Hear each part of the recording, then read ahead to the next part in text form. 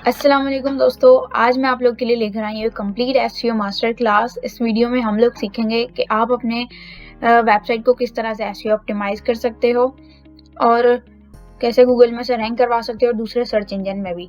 Mostly beginners को क्या problem face होती है कि वो लोग उनके पास ना कोई अपनी वेबसाइट होती है जिस पर वो ऑन पेज करें, ना कोई क्लाइंट होते हैं, सो इसलिए वो उनको ऑन पेज करने का मौका ही नहीं मिलता है। बहुत से ऐसे बिगिनर्स भी होते हैं जो सिर्फ और सिर्फ ऑफ पेज एसईओ करके खुद को एसईओ एक्सपर्ट समझ रहे होते हैं, लेकिन ऐसा कुछ नहीं है। इस वीडियो में हम लोग देखेंगे कि किस तरह से आप लोग ऑन पेज एसईओ सीख सकते हो, कर सकते हो एकदम एडवांस लेवल में। ये एकदम मास्टर क्लास होने वाली है, क्योंकि इसमें हम लोग कवर करने वाले हैं कि कैसे आप लोग रैंक मैथ एसईओ प्लगइन इसका यूज करते हुए आप लोग कीवर्ड ऑप्टिमाइज कर सकते हो, कंटेंट को फ्रेंडली कर सकते हो, सिमेंटिक एसईओ यूज करोगे और एलएलएम फ्रेंडली टेक्निक्स भी हम लोग इसमें देखने वाले हैं। चलिए वीडियो को यहाँ पे स्टार्ट करते हैं। वीडियो को एंड तक वॉच करें और चैनल को लाजमी सब्सक्राइब करें।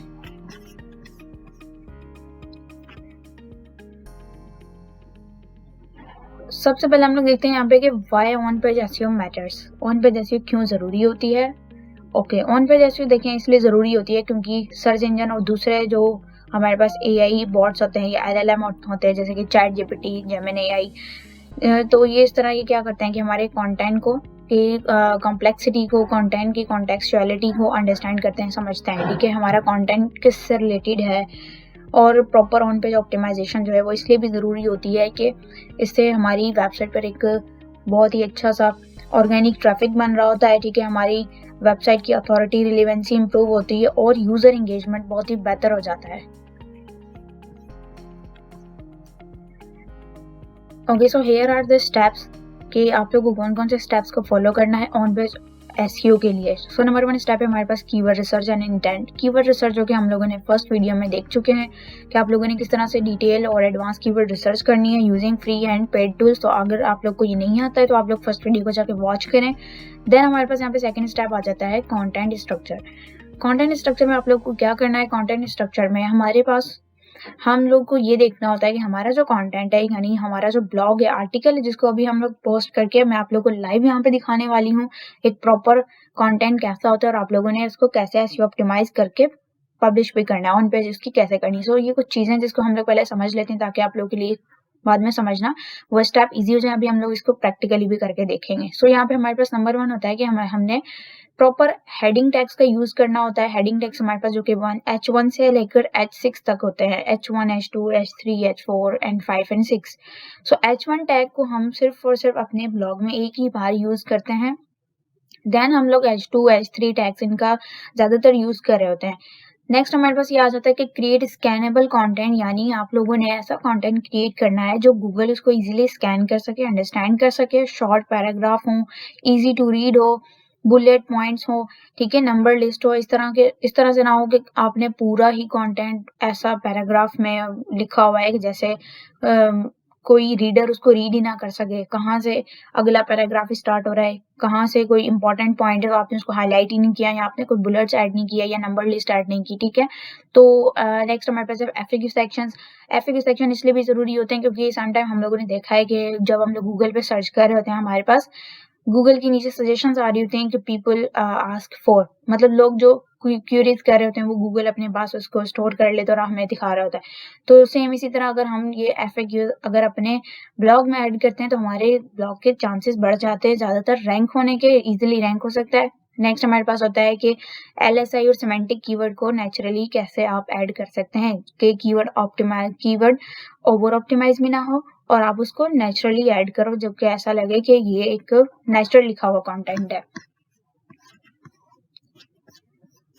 ऑलराइट, यहाँ पर हमारे पास स्टेप 3 है। स्टेप 3 में हम लोग देखेंगे कि यूआरएल ऑप्टिमाइजेशन। यूआरएल बेसिकली क्या होता है कि आपकी वेबसाइट पे आपके वेब पेज जो होता है ना, जो जिस यूआरएल से ओपन होता है तो उसे हम यूआरएल कह रहे हैं। यूआरएल को आपने किस तरह से ऑप्टिमाइज करना होता है? यूआरएल में आपका ये देखना होता है कि वो एक तो शॉर्ट हो, डिस्क्रिप्टिव हो, और तीसरा उसमें कीवर्ड जो हमारा मेन फोकस कीवर्ड है वो उसमें ऐड हो। अब यहाँ पर हम देखें तो हमारा मेन कीवर्ड यहाँ पे है ऑन पेज एसईओ, ठीक है, ऑन पेज एसईओ ये मेरा मेन कीवर्ड आ गया और ये अगर देखा जाए तो ये यूआरएल बहुत ही शॉर्ट है और डिस्क्रिप्टिव सा है। तो इस तरह से हम लोग को यूआरएल को भी ऑप्टिमाइज करना होता है। कंप्लीट ऑन पेज एसईओ में ये वो स्टेप्स होती हैं, वो चीज़ें होती हैं कि हम लोगों ने इन सबको ऑप्टिमाइज करना होता है। स्टेप 4 में हमारे पास आ जाता है Meta titles and description. Now Meta title अगर हम देखें ना, तो मेटा टाइटल जो कि 60 कैरेक्टर की लेंथ होनी चाहिए इसकी, और ये इसमें हमारा प्राइमरी कीवर्ड भी ऐड होना चाहिए। अच्छा, तो मेटा टाइटल्स क्या होता है? मेटा टाइटल्स बेसिकली जब भी आप लोग कोई सर्च कर रहे होते हो तो आपके पास एक हेडिंग आ रही होती है, टाइटल शो हो रहा होता है, तो this is called the Meta title, ठीक है। और अगर मैं आप लोग को यहाँ पर दिखाऊं,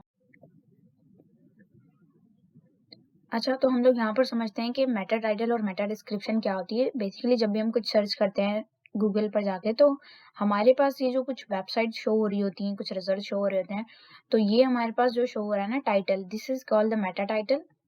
और ये हमारे पास जो होता है ये डिस्क्रिप्शन होती है, जो आपको ये कुछ लाइन शो हो रही होती हैं, ठीक है। तो ये होती है हमारे पास मेटा डिस्क्रिप्शन, और इसकी लेंथ जो होती है वो 150 से 160 कैरेक्टर की लेंथ होती है, और इसलिए इम्पोर्टेंट होती है। अच्छा, ये अगर देखा जाए ना, काफ़ी लोग कहते हैं कि ये एसईओ ऑप्टिमाइजेशन या ऑन पेज एसईओ में ये भी मैटर करती है, लेकिन देखा जाए तो ये मैटर नहीं करती है। ये अगर आप ना भी करें तो इट्स ओके, बट ये इस तरह से मैटर करती है कि अगर आपने मेटा डिस्क्रिप्शन ऐड की है अपने कीवर्ड के साथ, तो ये क्या करती है, ये आपकी टाइटल की जो हेडलाइन है इसको ज़्यादा कैची बनाती है, और ज़्यादा चांसेस होते हैं कि आपके पास क्लिक्स आ सकते हैं। क्योंकि देखें, एज अ यूज़र हम लोग की जो फर्स्ट इंप्रेशन पड़ता है वो इसी पे पड़ता है ना। हम लोग इसी को रीड करते हुए अगर हमें ये इंफॉर्मेटिव लगती है, हमें ये कैची लगती है, तो हम लोग टाइटल पे क्लिक करते हैं। तो इसीलिए ये बहुत इंपॉर्टेंट होती है ऐड करना।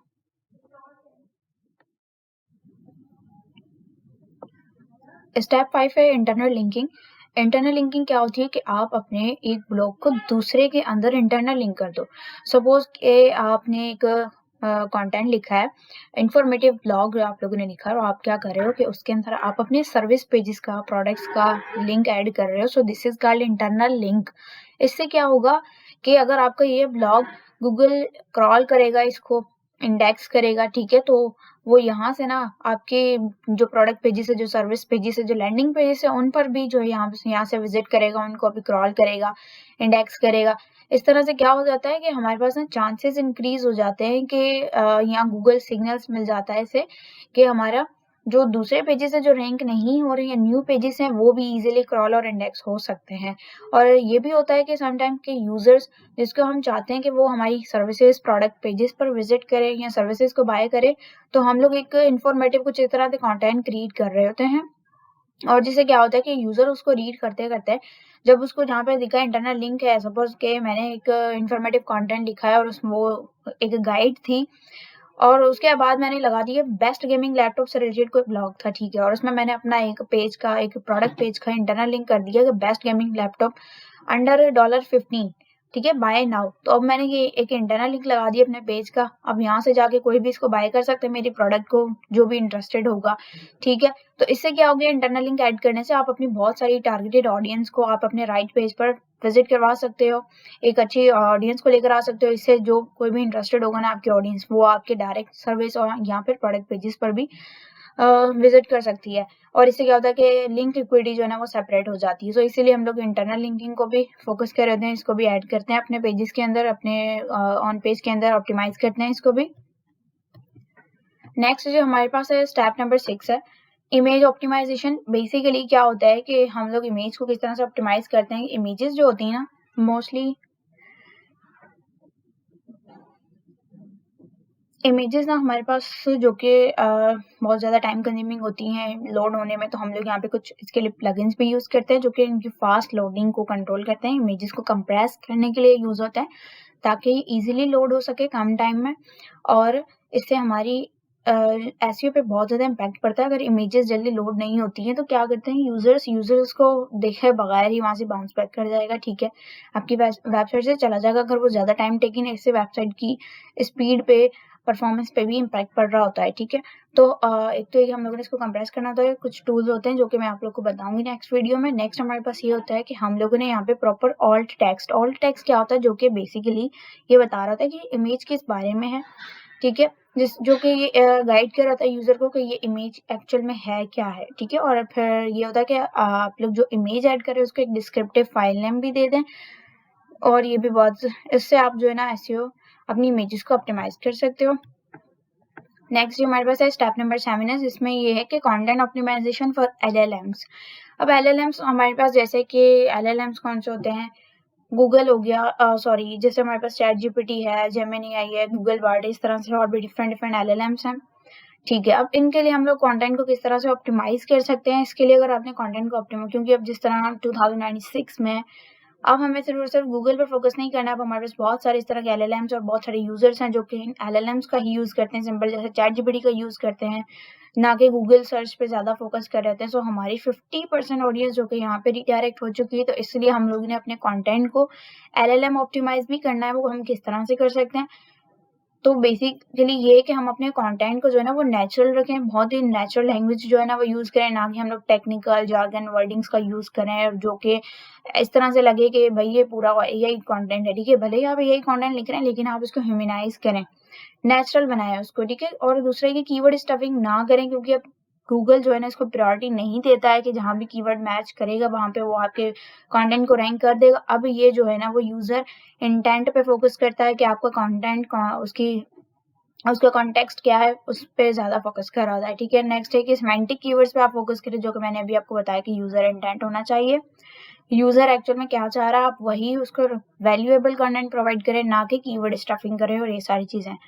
ठीक है, देन आप अपने कंटेंट को एसईओ ऑप्टिमाइज एलएलएम ऑप्टिमाइज करने के लिए आप इसमें स्कीमा ऐड करें, स्ट्रक्चर डेटा, जो कि हम लोग नेक्स्ट वीडियोस में इस तरह देखेंगे। कुछ एडवांस टॉपिक्स हैं, एडवांस चीजें हैं कि स्कीमा क्या होता है हमारे पास, ये किस तरह से हेल्प कर रहा होता है एसईओ में, और हम इसको कैसे ऐड कर सकते हैं यूजिंग टूल्स और यूजिंग मैन्युअली। तो इस तरह से हम लोग नेक्स्ट वीडियो में भी देखेंगे।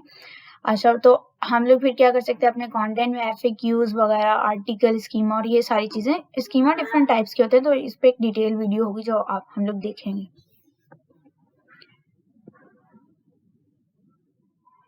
अच्छा, तो रैंक मैथ कंटेंट एनालिसिस ये हम लोग किस तरह से करते हैं। रैंक मैथ बेसिकली एक एसईओ प्लगइन होता है जो आप लोग अपनी वर्डप्रेस वेबसाइट में इंस्टॉल करते हो बेसिकली, और ये ऑन पेज एसईओ प्लगइन होता है, ऑन पेज एसईओ टूल होता है जो आपको title, description, SEO score basically show कर रहा होता है। और हमारा यहाँ पे ना मेन फोकस ये होता है, मेन एम ये होता है कि हम लोग इस स्कोर को ग्रेटर देन 80 या मतलब इक्वल टू 80 हम लोग इसको करें, जिससे हमें ये पता चल रहा था कि हाँ हमारा कंटेंट अब जो है ना वो एसईओ ऑप्टिमाइज है। इसके साथ साथ आपको ये बताता है कि कीवर्ड डेंसिटी, आपका जो ओवरऑल कंटेंट है उसमें आप लोगों ने कितनी कीवर्ड स्टफिंग की हुई है या कंटेंट डेंसिटी कितनी है। जो हमारे पास कंटेंट डेंसिटी जो इसका स्कोर है ना ये 1 से 2% इतना होना चाहिए। अगर इससे ज्यादा अगर आप लोग रखते हैं 3-4, तो दैट मीन्स कि आप लोगों ने कीवर्ड स्टफिंग की हुई है, इसको ओवर ऑप्टिमाइज किया हुआ है। और इसके साथ साथ आपको ये बताता है कि अगर आपका टाइटल, डिस्क्रिप्शन रीडेबल नहीं है या स्ट्रॉन्ग नहीं है तो आप लोग उसको भी ऑप्टिमाइज करें प्रॉपर कीवर्ड के साथ।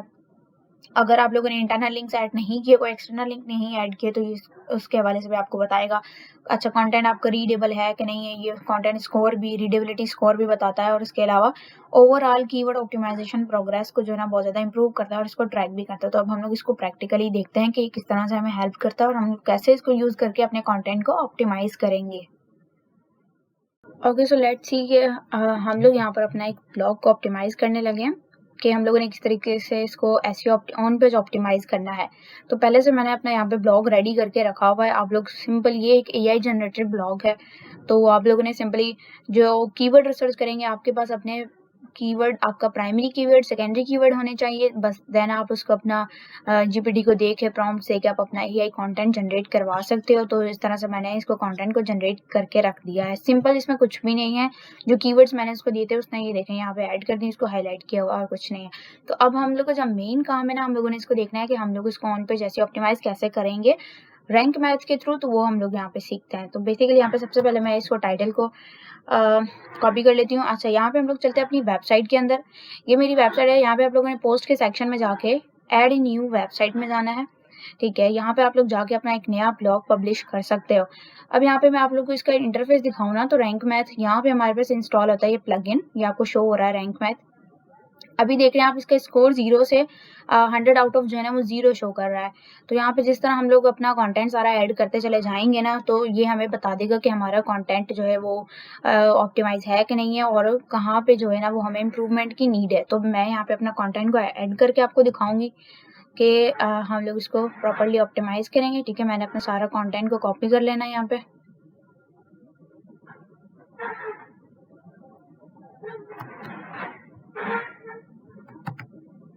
ठीक है, तो अब मैंने इसको कॉपी करके पेस्ट कर लिया अपने सारे कंटेंट को। ठीक है, अभी फिलहाल आपको ये स्कोर जो है ना ये कैसे इम्प्रूव होता हुआ नजर आएगा, खुद ब खुद ही इम्प्रूव होता चला जाएगा। कुछ हम लोग जहाँ पर भी हमें भी सजेशंस मिलेंगे ना वो हम लोग खुद इसमें ऐड करते जाएंगे।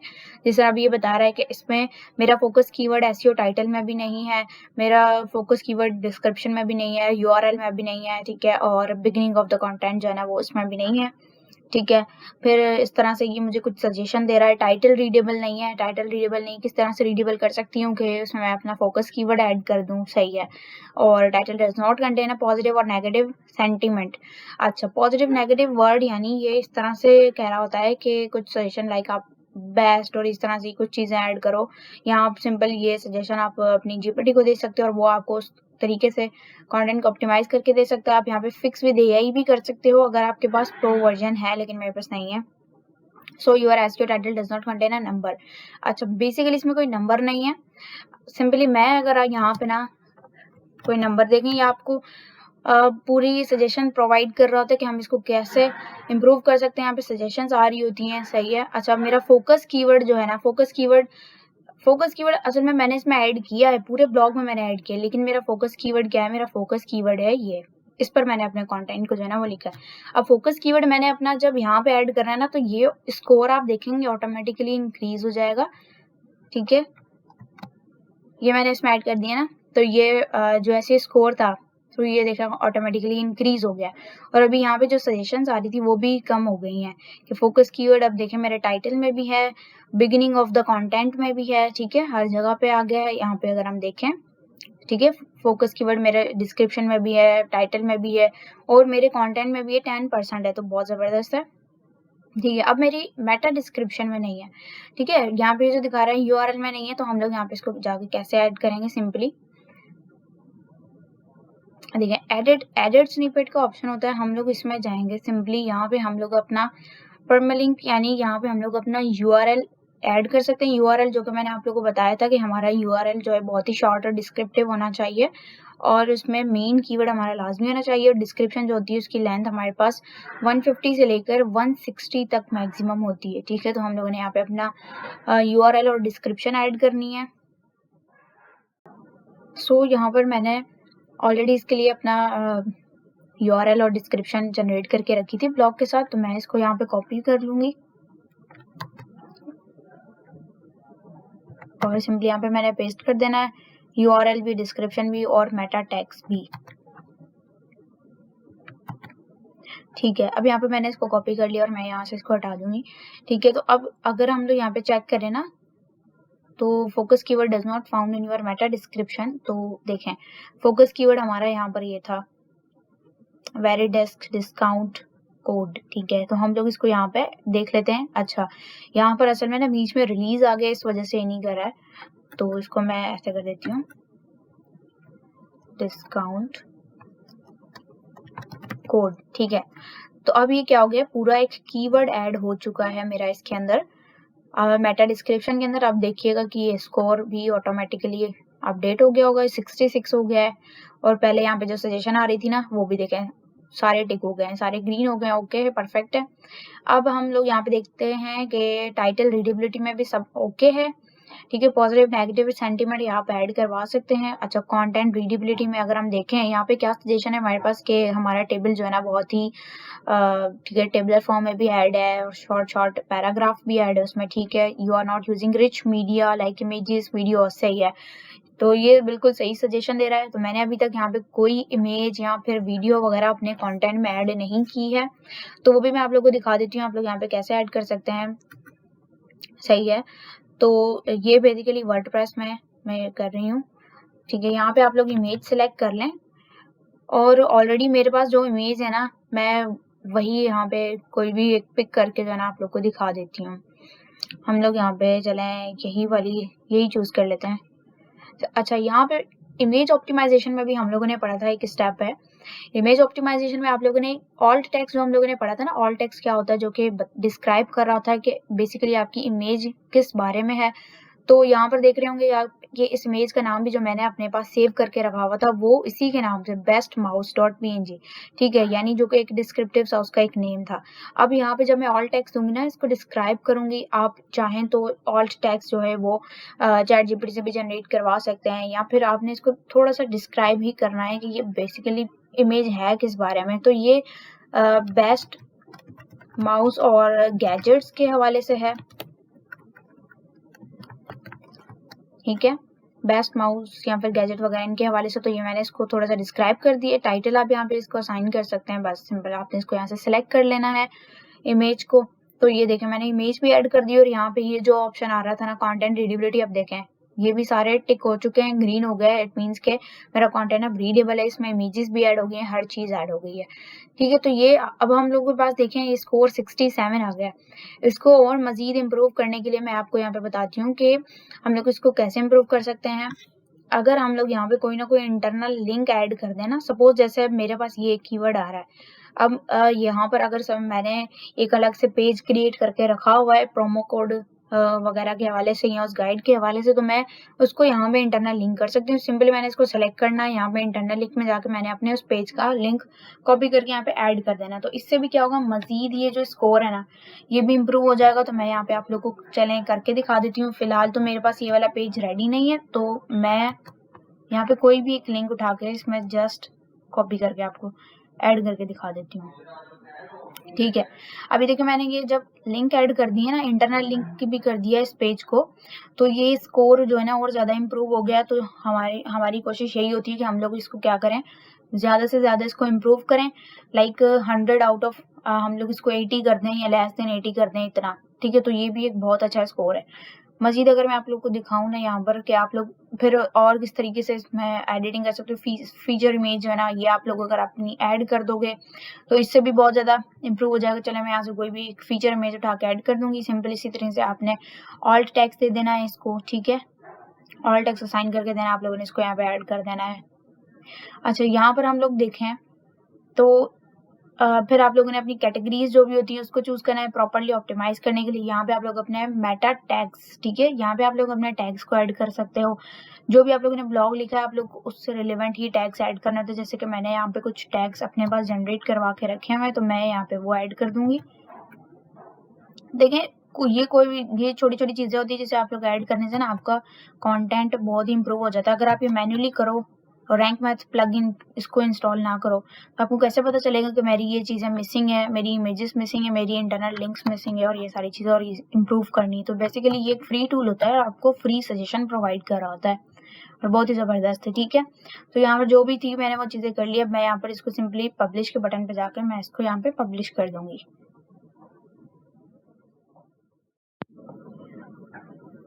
अच्छा, इसके साथ ना मोस्ट इम्पॉर्टेंट चीज़ जो यहाँ पर हम लोग देखते हैं कि कंटेंट हमारा उसमें जो प्रॉपर हेडिंग टैग्स हैं वो प्रॉपरली एडेड है कि नहीं है, ठीक है। तो हेडिंग्स हमारे पास ये होती हैं, जैसे कि ये हमारे पास एक सब हेडिंग है, तो हम लोगों ने देखना है कि हमारे पास, अच्छा, जो हमारी जो मेन टाइटल होता है ना वो उसमें हम लोग H1 यूज कर रहे होते हैं। तो हमारी पूरे ब्लॉग में जो H1 आपको नजर आएगा ना वो सिर्फ H1 हम लोगों ने एक ही बार ऐड किया अगर वो होता है टाइटल में, ठीक है। नेक्स्ट आपके पास अगर कोई भी हेडिंग्स आ रही है ना तो आप लोगों ने अपनी मेन हेडिंग्स को H2 में रखना है, और उसके बाद उसमें जितनी भी सब हेडिंग्स आ रही है ना, अब ये हेडिंग इसके अंदर आ रही है तो ये इसकी सब हेडिंग हो गई, इसको हम लोगों ने H3 में आगे रखना है। और अगर कोई दूसरी हेडिंग है जो इसके अंदर आ रही है तो उसको हम लोगों ने मजीद H4 में रखना है, ठीक है।